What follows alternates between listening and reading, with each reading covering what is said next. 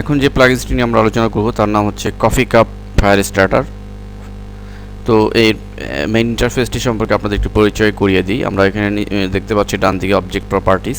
এখানে আমাদের এই মুভির সাইজ কী হবে সেটা এখানে আমাদের স্পেসিফিক করতে হবে। যেমন মুভি ওয়াইড 400 রয়েছে, হাইট 200 এবং ব্যাকগ্রাউন্ড কালার এই কালারটি রয়েছে। তো এখান থেকে আমরা যে কোনো কালার চুজ করতে পারি, চেঞ্জ করে নিতে পারি ইচ্ছা অনুযায়ী। সাপোজ আমরা এই কালারটি দিলাম। তো এভাবে আমরা মুভির সাইজ, হাইট, ওয়াইড এবং ব্যাকগ্রাউন্ড কালার আমরা এই অবজেক্ট প্রপার্টিজের মাধ্যমে চেঞ্জ করে নিতে পারি। ঠিক একইভাবে আমরা উপরে মেনু দেখতে পাচ্ছি এবং এখানে যে সমস্ত অপশন রয়েছে এই সমস্ত অপশনের সাহায্যে আমরা আমাদের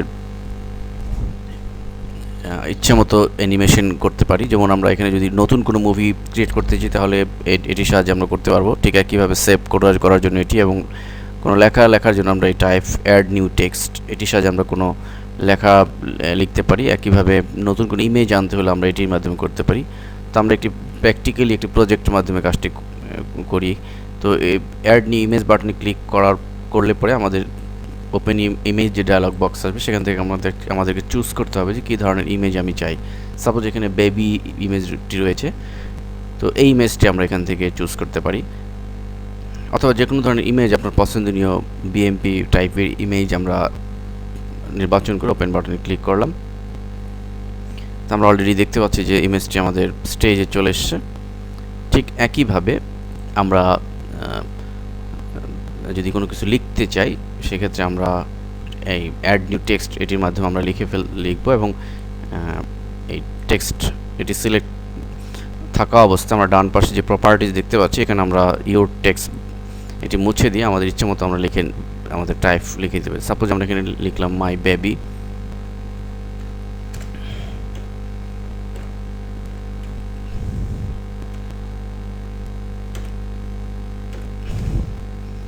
মাই বেবি লেখা হলো এবং ফন্ট আমরা চেঞ্জ করে এরিয়াল ব্ল্যাক করে দিলাম এবং কালার আমরা নেভি ব্লু যেটি কালারটি রয়েছে এই কালারটা আমরা নির্বাচন করলাম।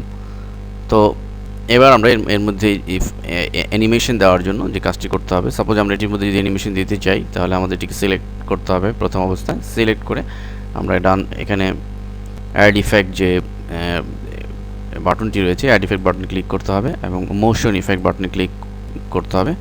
এখান থেকে আমরা যে কোনো ধরনের ইমেজ আমরা যেমন সাপোজ এখানে ফেড ইন বক্স এটি আমরা নির্বাচন করে ওকে বাটনে ক্লিক করলাম। আমরা নিচের টাইমলাইনে দেখতে পাচ্ছি ফেড ইনের ইফেক্ট এখানে পড়েছে। একইভাবে এরপর আমরা যে মাই বেবির অ্যানিমেশন দিতে চাই তো আমাদের একইভাবে ইফেক্ট দেন মোশন ইফেক্ট আমরা ফেড আউট দিয়ে দিলাম এখানে ওকে বাটন ক্লিক।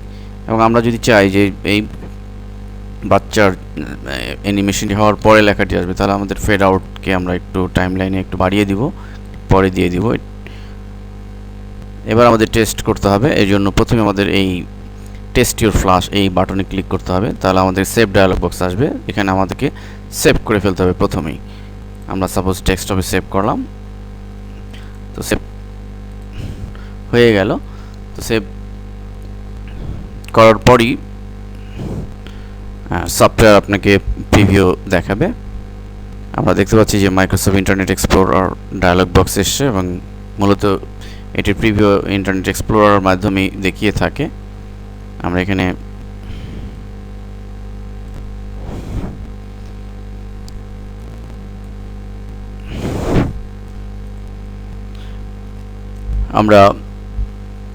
টেস্ট বাটনে ক্লিক করলে পরে যে ইন্টারনেট এক্সপ্লোরার যে ডায়ালগ বক্স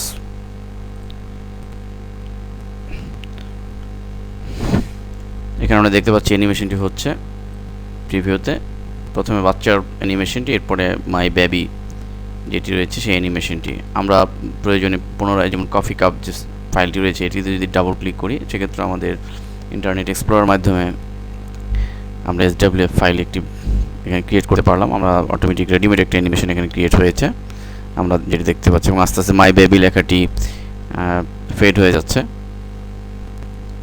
তো এভাবে আমরা কফি কাপ ফায়ার স্টার্টারের বিভিন্ন ইমেজ এবং টেক্সটের সমন্বয়ে চমৎকার অ্যানিমেশন ক্রিয়েট করে আমরা ফ্ল্যাশ ইউজ করতে পারি।